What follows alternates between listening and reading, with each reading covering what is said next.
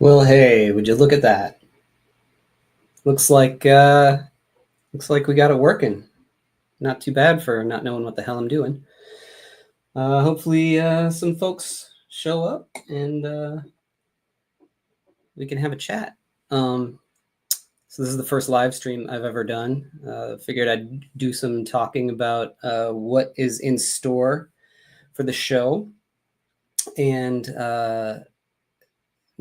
maybe work on some commissions that I need to do and things like that, and hopefully do this kind of semi regularly. Talk comics, talk art, and also gives me a chance to focus on things that I should be focusing on, but rarely get the chance to. So I think it'll be good for everyone involved. So yeah, let's take a look at my little table here. Pull her up. Um, so this week there was a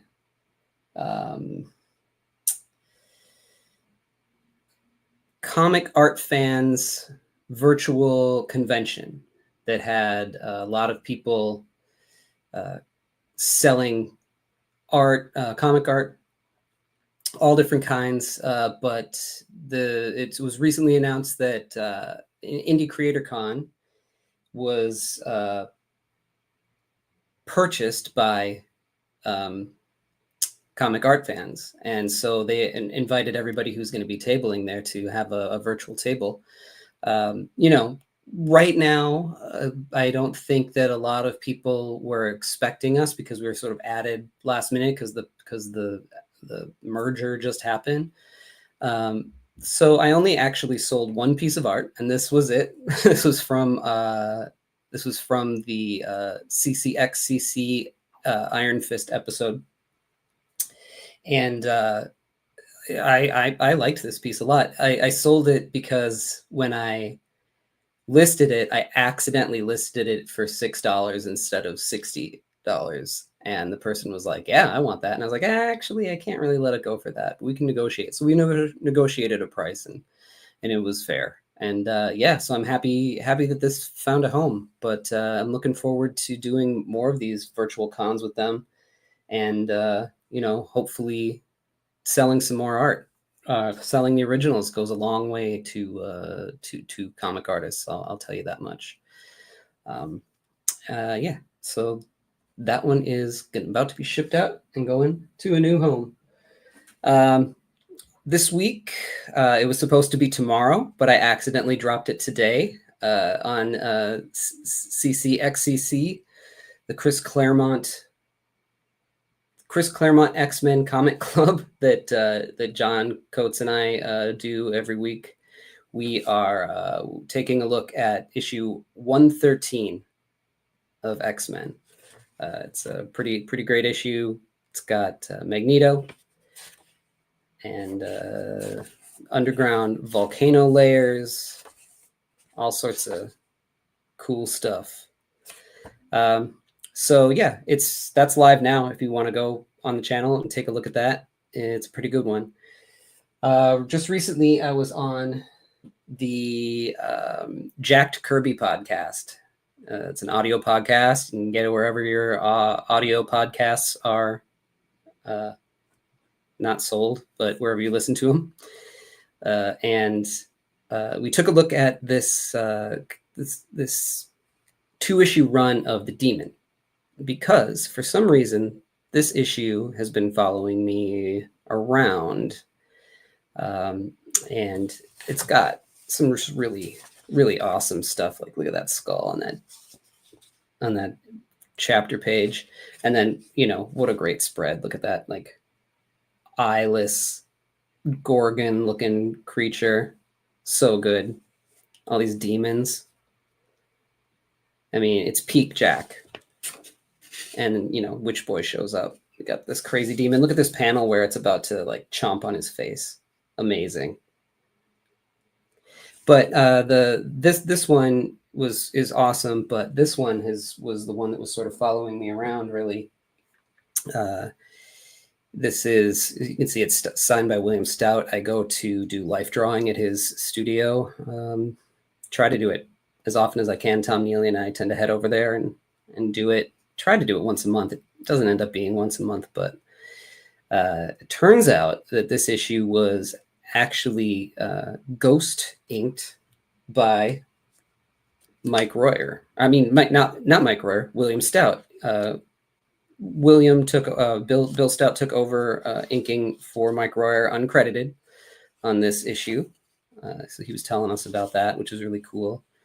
And then I went to Cartoonist Crossroads, Columbus, and met a cartoonist there, really great guy. And he started telling us about these 2 pages that he owned from Mike Royer and Jack Kirby from this demon episode that has 2 demons in it. And it was like, holy crap, that's the issue. It actually turned out that it wasn't this one. It was the previous issue that he had, but nonetheless, really cool stuff. And it's really hard to tell that it's not Royer a lot of the times. I think he may have done some of it. I'm not exactly sure how it got divvied up, or if Bill Stout did the whole issue. Just not sure. But let's see here.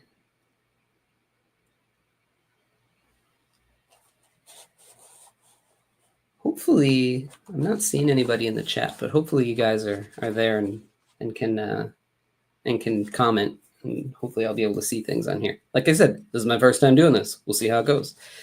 But really cool stuff. Look at that. This version of the demon with the longer horns turns into this like squid guy. It's pretty great stuff. But yeah, so I went on the Jack Kirby podcast and we got to take a kind of a audio deep dive into these issues, and I thought that was pretty cool. Yesterday, the first issue, or the first episode with my friend John Burkett came out, talking about his book Feral Star. Really awesome sci-fi book. There's a 0 issue and issue number 1 that you can get from Diamond right now. It's coming out through Cosmic Lion. Issue 0 you can get on his website, but really great, just like super dynamic, black and white, beautifully balanced ink work in a futuristic sort of Star Wars-esque setting. And I had to pick this as the thumbnail for it when this lady blasts this guy's head off. I thought that was pretty awesome. But every page on here is amazing. And then the end of the week on Friday, I'll release a episode that we did, on which his Gene Pool episode, we're going to talk about this 3 issues of Marvel Comics Presents that Sam Keith did. We're going to go issue 87, 88, and 89. And it's the first time that we get to dive into Sam Keith's work on the channel, which was highly influential to me. So many textures. I mean, the guy is just insane. And I point out in it, I think that he's actually kind of influenced by Crumb more than almost anybody. But yeah, we take a deep dive into that. Later, hopefully this weekend, I'll be recording an episode with Keenan Marshall Keller and Alex Delaney. We're going to take a look at Vengeance is for the Living. 3 issues out right now, so we'll take a look at those. This story is awesome. The 4th issue is not out yet, so you've got a chance to get them all from your comic shop. We're going to take the first book that we're going to look at as their Gene Pool episode together was an issue of Schizo, and it was so depressing and bombastic, and just not bombastic's the wrong word. It was really over the top depressing, and it's awesome, but it ended up being the wrong issue that both of them had read, and so we were going to track down that issue. But then they took a hard left turn and decided that we're instead going to take a look at this issue of Archie and Big Ethel, which is it's bonkers. We'll take a dive into it. It's really, really awesome. Then coming up, we'll be taking a look at the new issue of Vendetta by Stephen McArdle. He is going to join me, and we're going to take a look at this, the first issue in 30 years. I really can't wait to talk to him about this one. It's very special in many ways. Can't wait to talk about it. Also, Being Gordy. I just got this in the mail. This is a book that we're going to take a look at. I literally just got it, so I don't know much about it yet. I'm excited to talk to Gord about what this is all about, and for his Gene Pool episodes, he picked either Manhunter 2070 or Angel and Ape, and due to a accidental push of the thumb, I got both of them. So I don't know which one we'll talk about. Maybe we'll talk about both. But they both look pretty fantastic. I'm really, really curious about this one. There's some fantastic cartooning in it. And I literally just got this in the mail about an hour ago, so I haven't really taken a look at the cartooning yet. Future episodes will include this dive into Bartosaurus Rex by Vero Stewart. They agreed to come on and take a look at this with me. And then also J. Webster Sharp is planning on coming on to look at the Scrapbook of Life and Death, which looks just amazing. Also, Tyler Kirk is going to come on, and we're going to take a look at some of his latest work. I know a new book was just announced today from Oni that he's been working on, so we can talk about that a little bit too, and his own YouTube channel where he does some talking and drawing. So all around, I think it's going to be we've got a pretty good lineup of stuff coming up. I'm personally right now working on kind of working on 3 books at once, which is Dan Panosian, when I first started hanging out with him, told me never work on more than 1 book at a time. And unfortunately, I've never really listened to that. And I bet that's just amazing. But sometimes the financial realities of being a cartoonist just don't line up with that for me. So sometimes I need to do multiple things at a time. So that means that I usually don't get a chance to work on things that I want to all the time. And one of those things is like commissions that I have to complete. I kind of have to move them down a little bit, because as much of a priority as they are, I also need to hit these deadlines because I have contracts for them. So today I'm going to get a chance to work on one for my Patreon member, because at the $8 level, after a year, you get a commission from me. And so they picked BraveStarr in this kind of, I thought it was a specific pose. He gave me an example from a G.I. Joe comic that I think Chris Mooneyham drew. And I went with the literal pose.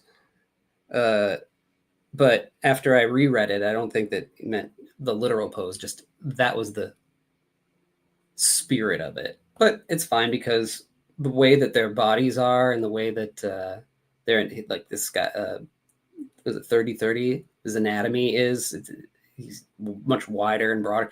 It ended up not looking the same at all, really, just slightly similar. So I'm going to get to work on that in a second here. Got my gloves.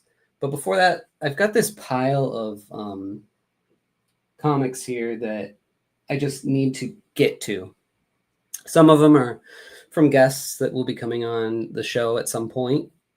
Some of them are just stuff that I've bought and haven't had a chance to really look at. And this one I thought was appropriate that was in the pile. I'm not sure why it ended up in the pile, but a friend of mine has all my comics stored from when I was a kid in Minnesota. My best friend Kurt from when we were growing up, and he is storing them there for me. And I needed to get an issue of Wildcats for an episode that I did with Sean Luke recently.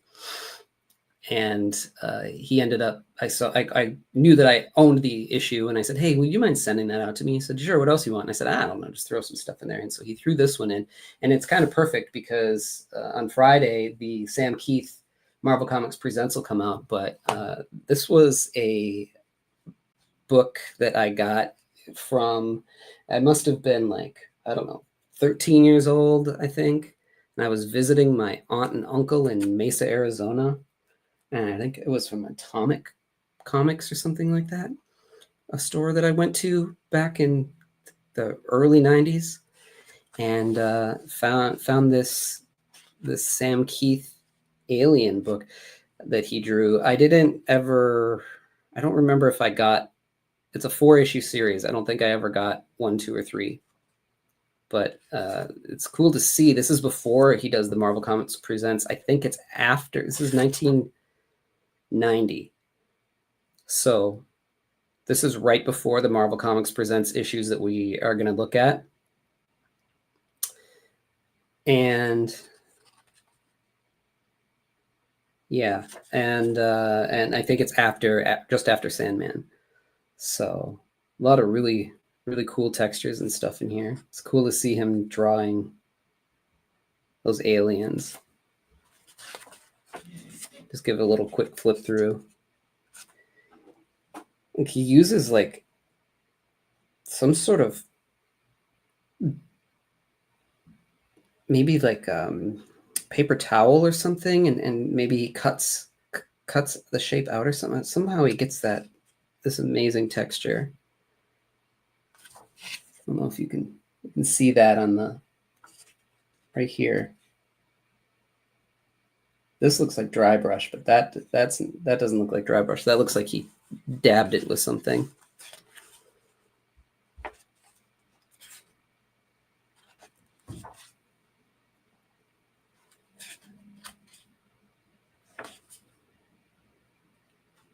Look at these like silhouettes of the thing. You just see the teeth coming out of the darkness, and then silhouettes of it. And then weirdly, this is like he's using a different tool set here. He's just trying out weird different things. This is like shaky double line. I feel like he's just sort of still figuring some things out as he's going here, but doing some really awesome techniques that we'll take a closer look at. Yeah, this is probably like sponge or burlap or paper towel or something. It's just dabbed. But anyway, the issue that's coming out on, or the episode that's coming out on Friday, we'll take a deeper look at that and his techniques. So that was just kind of cool to flip through. All right, well, let's see here.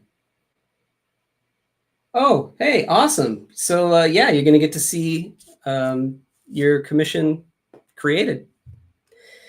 So these are the pencils that I did earlier this morning for him. And I probably won't finish it on the live stream, but you'll have it finished and probably sent off this week for sure. So I usually use like a Pentel brush pen, and this Kiritake brush pen that when they're brand new, the tips on them are real nice and sharp, but after just a little bit of time, they start to round off and get a dull edge, and they're still good. But I don't love them as much. I also have just recently discovered that you can take these watercolor brushes and load them up with ink, and this works really well too. Sometimes the flow is a little weird. This brush pen, not all brush pens are alike. I think like maybe one in 7 are good. The one that I had before this was perfect, and this one day it just like crapped the bed on me. I don't know what happened to it. I tried to clean it out and it just wasn't working.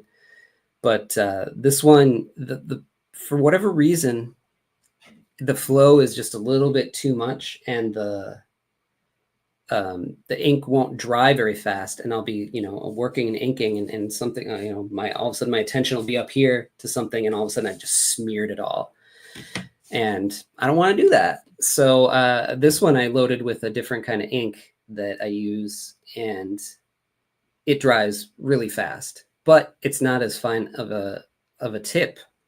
So I don't know. I'm torn. I'm gonna have to like figure that out for myself. But these are the tools that I'll use on it. I'll probably use some microns, maybe some burlap or sponge, maybe for the background if I can manage it. But yeah, figure I'll just get working on this. And if you have any questions or comments, talk away. Otherwise, I'm just going to kind of get to it. I'll start with this one here.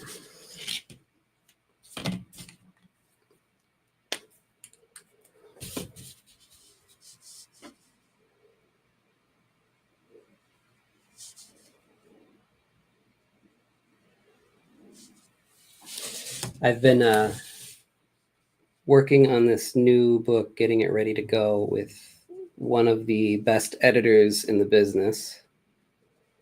And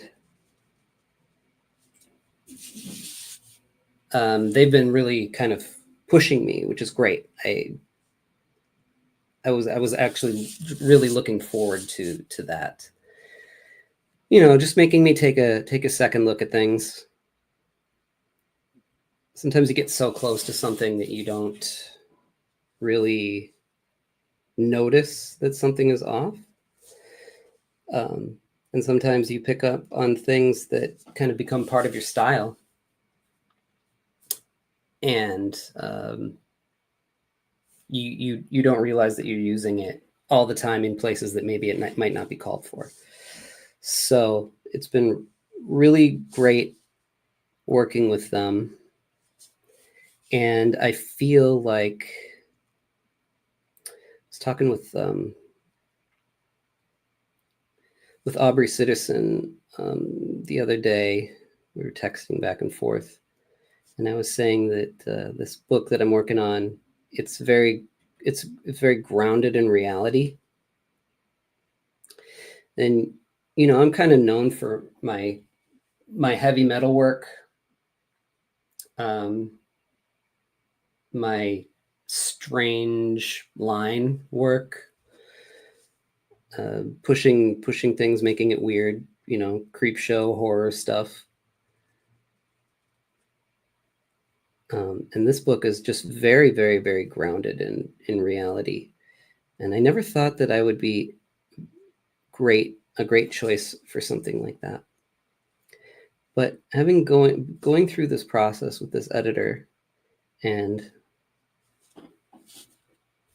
getting deeper into it, I'm really starting to realize that no, actually, you know what? I might be all right for something like that. Well, I mean, they wouldn't have hired me, and the team that I'm working with wouldn't have hired me and chose me if they didn't think that I could do it. But what I'm saying is I always thought that my strengths played towards the bizarre and the strange. And as it turns out, I'm equally capable of doing, a straight story. So it should be interesting. I've got, at this point, I was looking at my calendar. You want to be a real life artist just like me? You are, man. You are. Just draw. Um, I mean, you are a real life artist. I know you are. I know your work. I've seen it. You are. Um, so I think I've got like something like 7 books coming out next year. Um, if everything lands where it's supposed to land. Now it's going to look like I'm some sort of crazy prolific artist, but some of them are books that have been finished for a while or that I was working on for a while. Um, and others are in either completed or in various states of completion.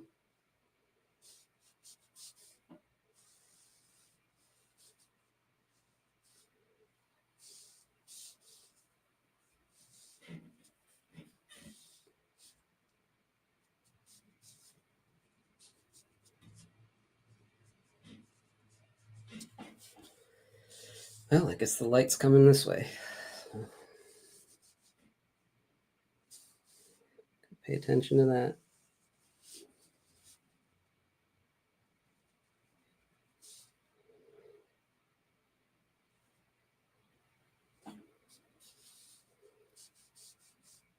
I think I'm just going to make the background mostly black. So the weight of the line here on the outside isn't really going to matter. It's because that line weight's going to disappear. But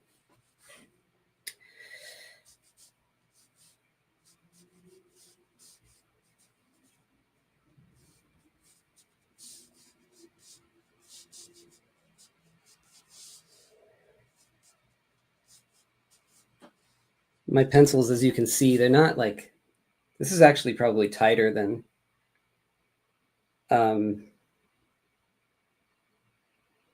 tighter than I pencil normally. I usually do the work in the inks.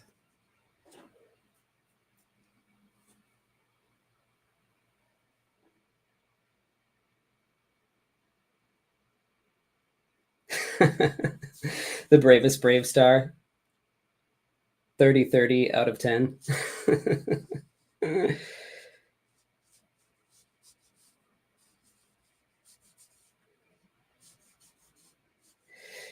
So part of the Patreon thing that I've been doing is just very slowly, whenever I get like a little bit of a chance, I have been working on Saturday morning kind of cartoon characters from different eras. The ones that I've been hitting most recently are ones that I didn't necessarily grow up with Space Ghost and things like that, but was able to catch them later. I was a little young for those, I think, when they aired. Although Thundar, I do recall being on.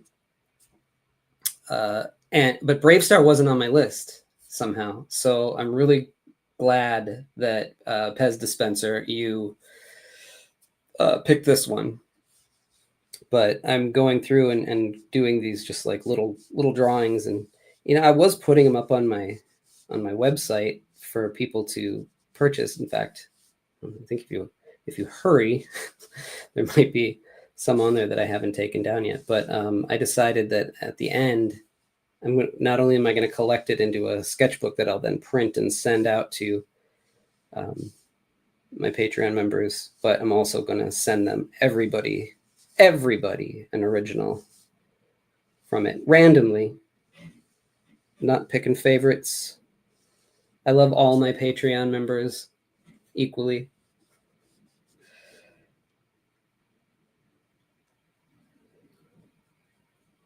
So, you might get Space Ghost, or you might get Misdemeanor from Cops. Who knows?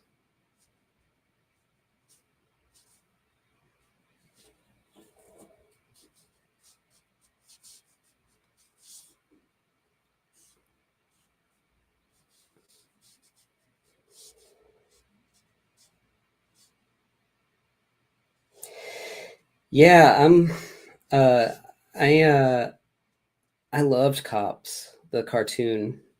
Um I didn't realize until recently, but it makes total sense when you look at it, that Bart Sears designed those characters. And if you look at Bart Sears' work, it makes 1,000% sense. Very, very distinct. Now, when I do my version of the Cops characters, I'm gonna have to do my best to not make it look like Bart Sears drew it.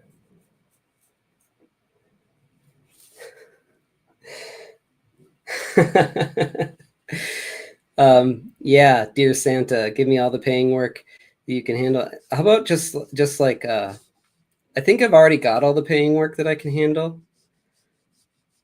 How about just paying more? I think that's the next goal is, all right, I've got the work coming in now. Now the goal is to get my page rate up.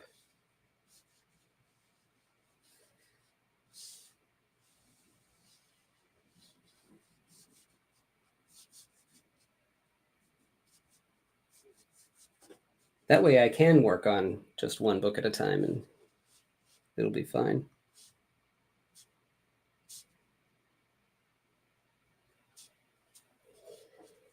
I'm very excited about all of them. One of them I think should be announced pretty soon from a publisher. I've got one more issue of that one to do, but yeah, I can kind of do it as I do it. Another one is from a writer who found me from my work on heavy metal and had an amazing script, film script that they wanted to turn into a comic, and I jumped on it because it's really cool, and it's a 160-page book, and I'm laying out the last five. So I really am kind of like, feel bad. I've been taking too long on these last 5 pages, just because I want to stick the landing perfectly on it. Um, and then the other one that I'm doing sounds like it's going to run for at least 3-ish, or at least 4 issues. Sounds like, if I do my job right. Um, and then in the meantime, we're trying to get more Three-Headed Pigman pages done. I've not been slacking. I've not been able to get any of them done because there's just been so much going on.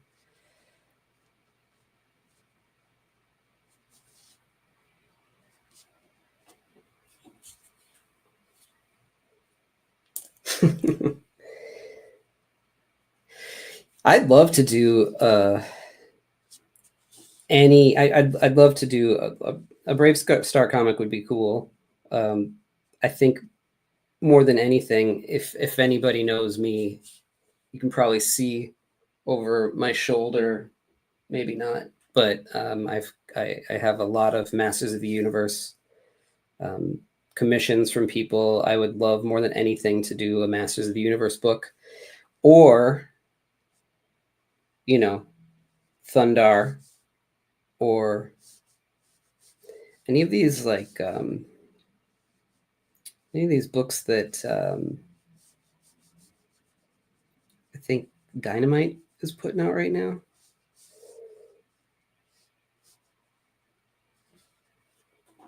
They've got Thundar, they got Space Ghost, they're doing Sectors, I think. Any of those would be fun. Art and writing, or just the art. So for the 3 books that I'm doing, kind of shuffling right now, I'm just doing the art for them. I enjoy doing both. I have been tapped for heavy metal again, so I will be writing and drawing some stuff for that. One of the books that should come out this year, if I can manage to figure it out, is a book that I started in the pages of heavy metal and intend to finish and then publish myself, probably kickstart it. And then, yeah, as you know, being a member of the Patreon, the Three-Headed Pigman is the one that I'm really, writing and want to concentrate on, really more than anything. When it's, work for hire and stuff, I put my all into it, but at the end of the day, it's not my creation. So I do like to write and draw things. So hopefully more professional writing jobs will come up, as my art career is kind of ticking up. It seems to be ticking up. It feels like it is. I should get word about a cover soon that I'll probably be doing for IDW. And then, yeah, these other books that I want to talk about them, but it's really hard to, because there's, NDAs and all that stuff. Till something's actually announced, I can't really speak on that. But so far, I haven't smeared anything. Yay.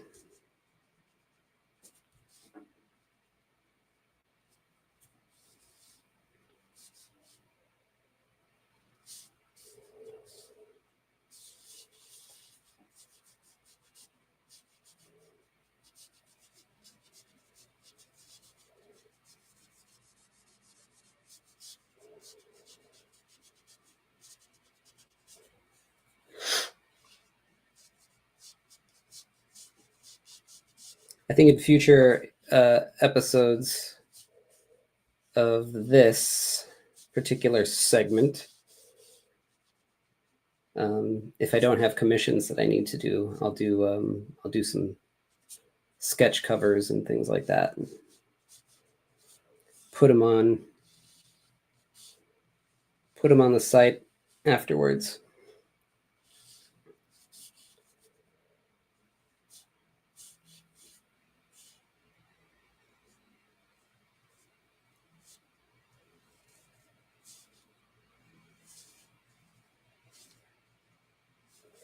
I was looking through the design, the character sheets of these BraveStarr characters, and man, they looked like they were a pain in the butt to animate. So many parts, especially for this guy.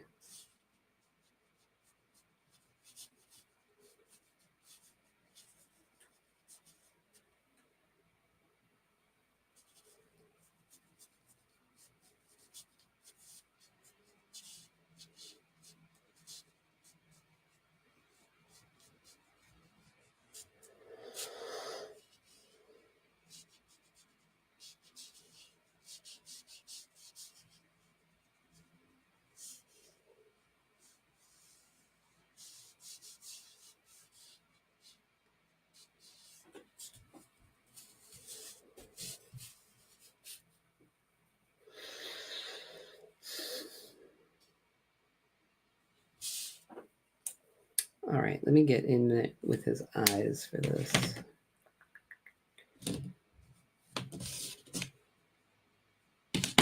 Probably going to be mostly in shadow, but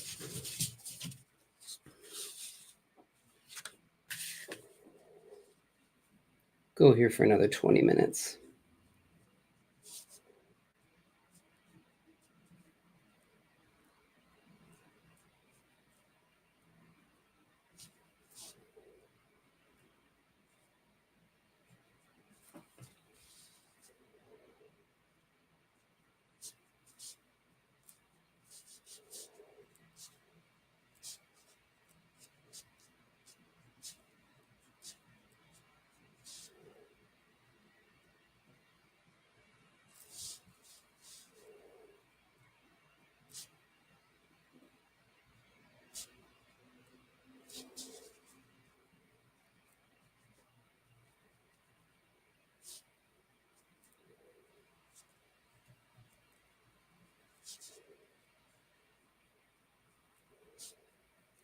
tend to go in like with like a a 005 micron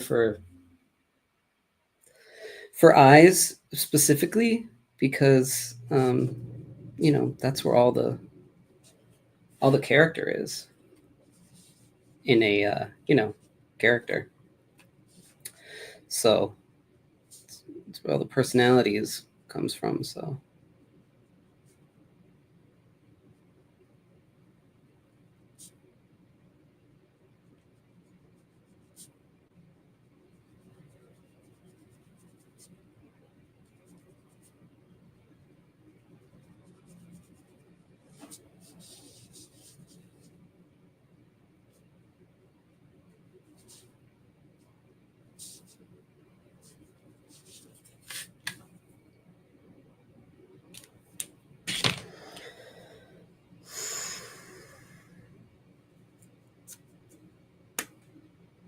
ooh, that's the wrong one.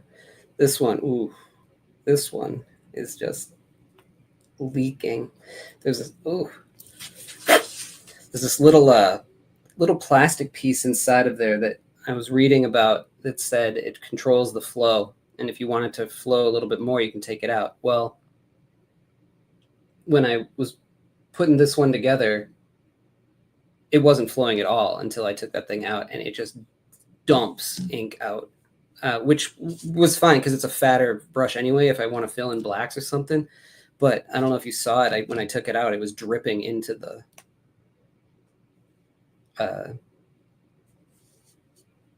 cap.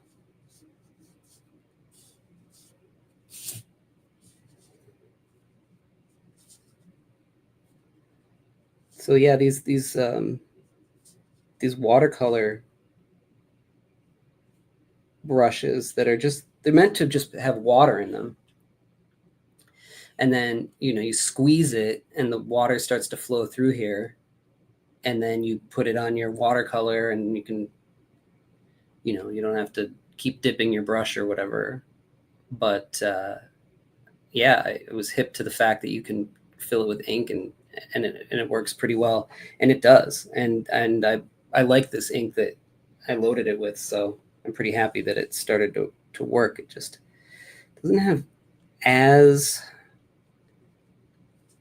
I think the brush head itself is just a little bit longer than the Pentel one, and so it doesn't have as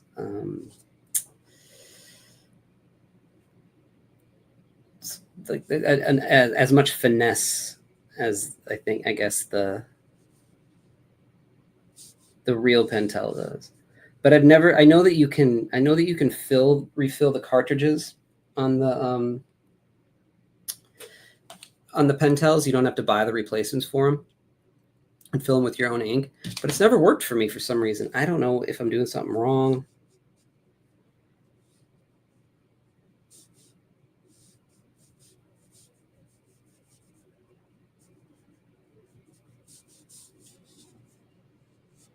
So until then, this will do. And this one, I can lay down a line, and 2 seconds later,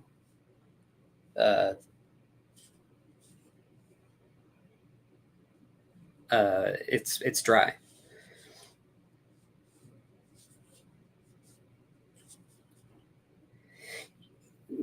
James, what's up, man? Yeah, somebody must know the secret is right. There's things all over the interwebs that tell you how to do it, and it always, in fact, I think the reason that my last good Pentel brush, the best one I ever had, keeled over, is because I tried to mess with it, and then went back to just the cartridges that you can buy, and that was it. It never worked again.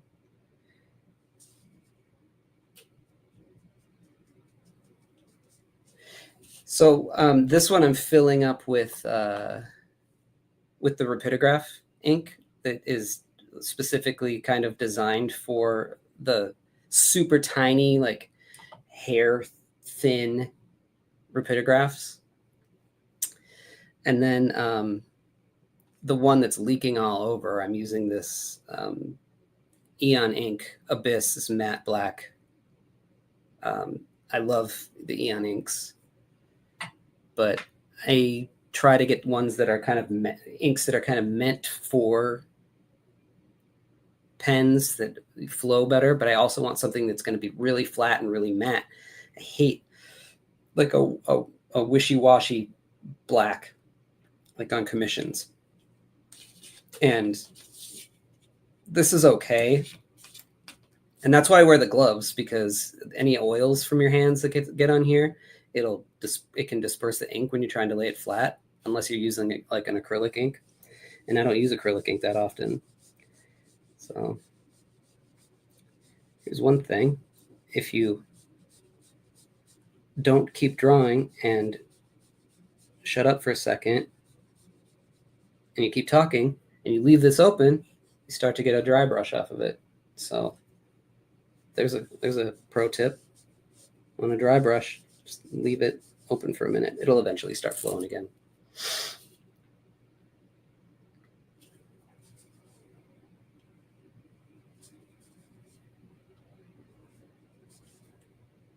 And actually, I'm getting some pretty good finesse out of this one.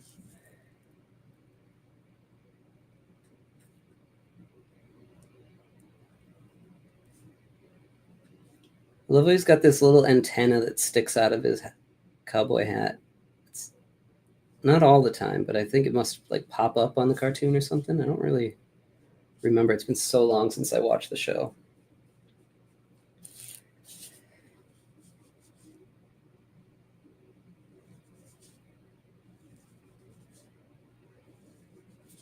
I've been drawing a lot of cowboy hats lately too. It's sometimes things just come in waves. I don't know if I ever drew cowboy hats really before last week, and all of a sudden I had like 4 things that called for cowboy hats.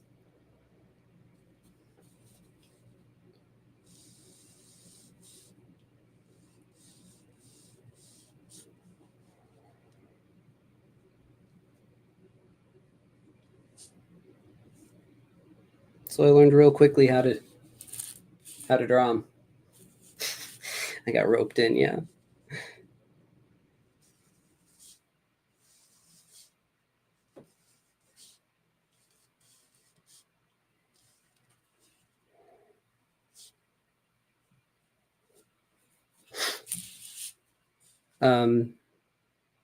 Hey, if you haven't already, hit that like, hit that subscribe business. You know the routine, the drill.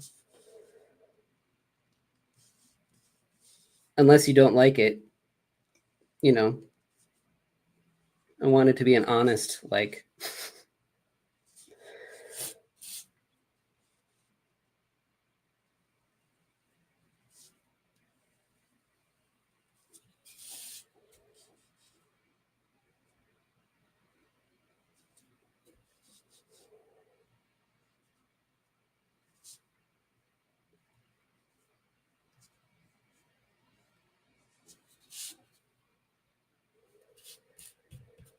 So I think the real kind of test to where I'm going to be putting the blacks, the heavier blacks on the inking, is when I end up. Hey, thanks, Matt. Oh man, that means a lot coming from you, man. Literally everything you draw looks good. So, what was I saying? Oh yeah. I think where I end up dropping most of the shadows on here, or making them darker, is going to depend on what it looks like once I put the black background in, and then I'll start filling it in. I don't know if other people do that or not, but I do, because it kind of ties the whole place together. It's like the Big Lebowski's rug, or I should say the dude's rug.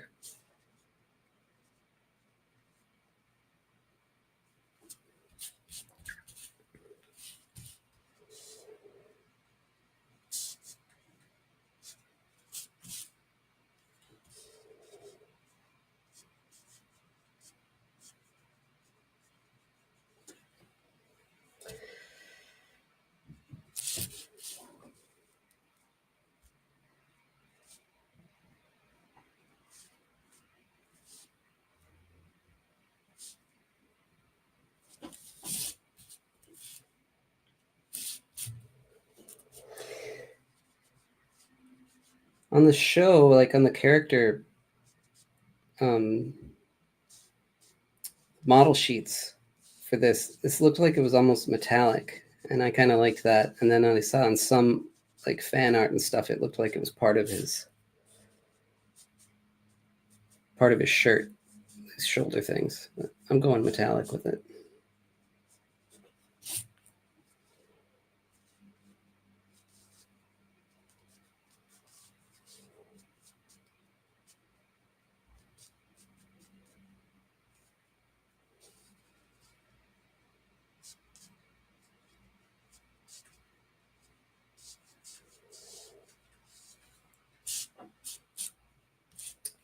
Since Matt Lesniewski's here, if you haven't checked out our conversation on Faceless and the Family and on the Art of Kelly Jones, well, actually, he only did the cover, didn't he? Of that detective comic that you did for your Gene Pool episode. It's on there. Back in the day.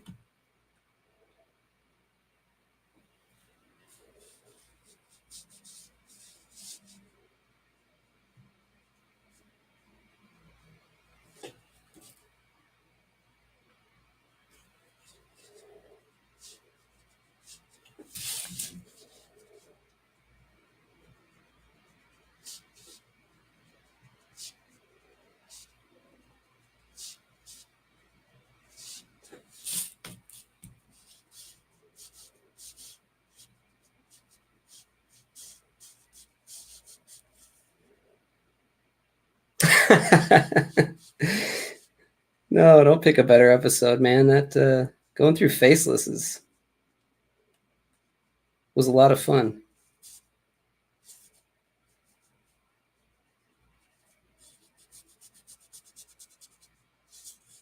I hope round 2 of that's coming along well for you.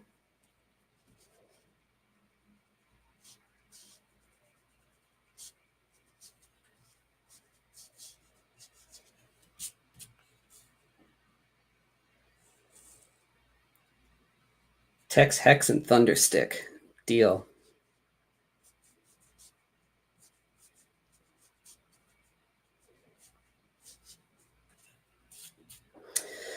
Slow and steady, man.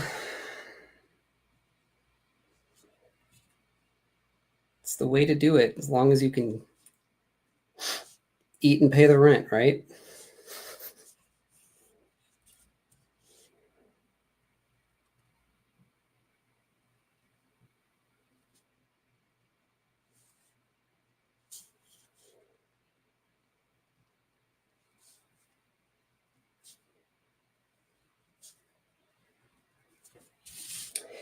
That's the thing with the Three-Headed Pigman stuff, is that those pages are big and they're very detailed.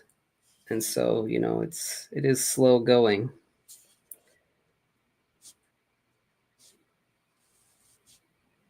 I can't wait to have a moment where I can really crank a few out.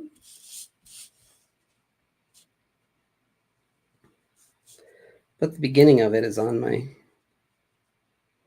Patreon anyway.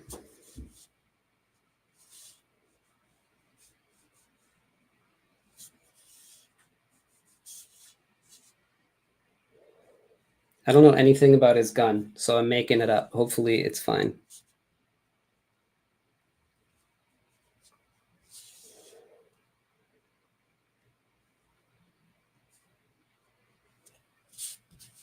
Just a bunch of tech.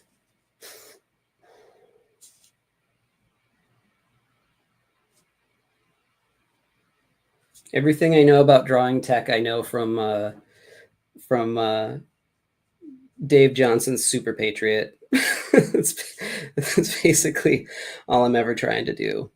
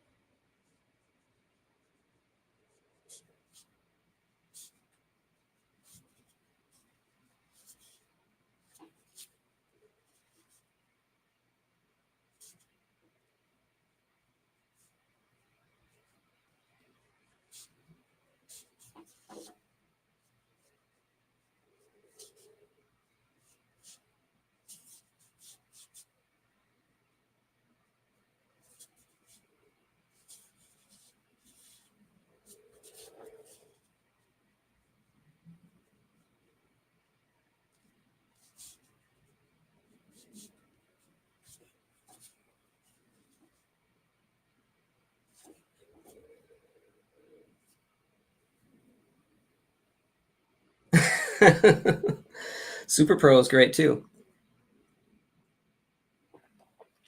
We looked at that on the channel with Sam J. Royale. It's his favorite book.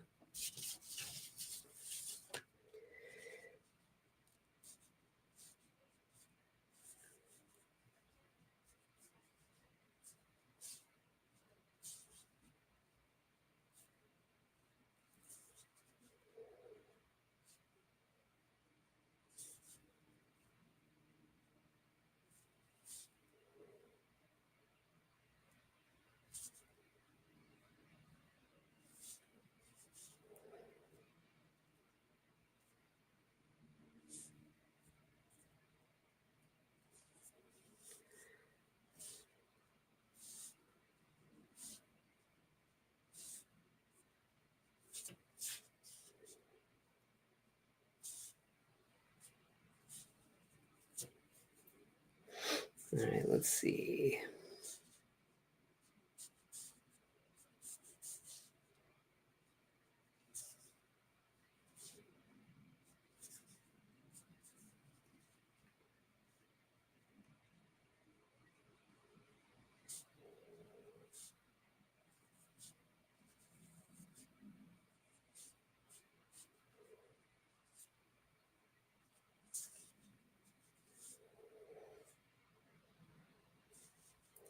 You got it.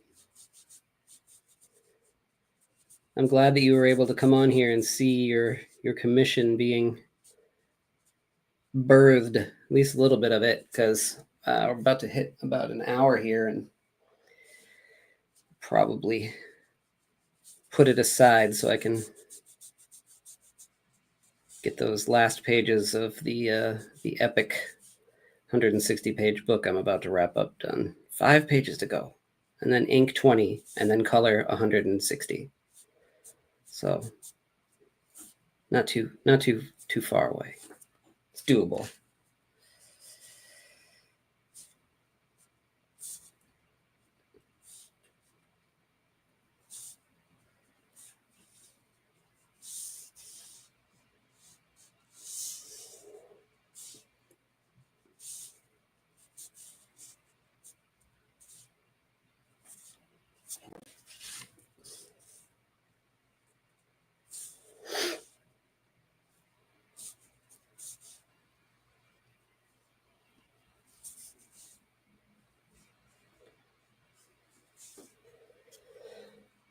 I'm really bad at changing gears. I would just keep doing this until it was done, but I really need to move on to something else. So I'm going to try to be disciplined here. And yeah, I think this worked out well. You know, for a first live stream, maybe Tuesday's the day. I don't know. We'll figure it out. But yeah, hopefully you guys all dug this, sticking around, and I am going to move on to something else now and not record it. So stay tuned next week, or at the end of the week, for those Marvel Comics Presents with Sam Keith and some other awesome artists that John Burkett and I are going to go through. And I hope you got to see the exciting guests that I have coming up. There's some really awesome ones, and some. There's even more than that are planned for the future. It's just that some people can't really give me an exact date, and so we just got to do it. And I don't want to announce anything until I've actually recorded with them. So, yeah, probably same bat time, same bat channel next week if all goes well. And we will talk to you later. Peace, everybody.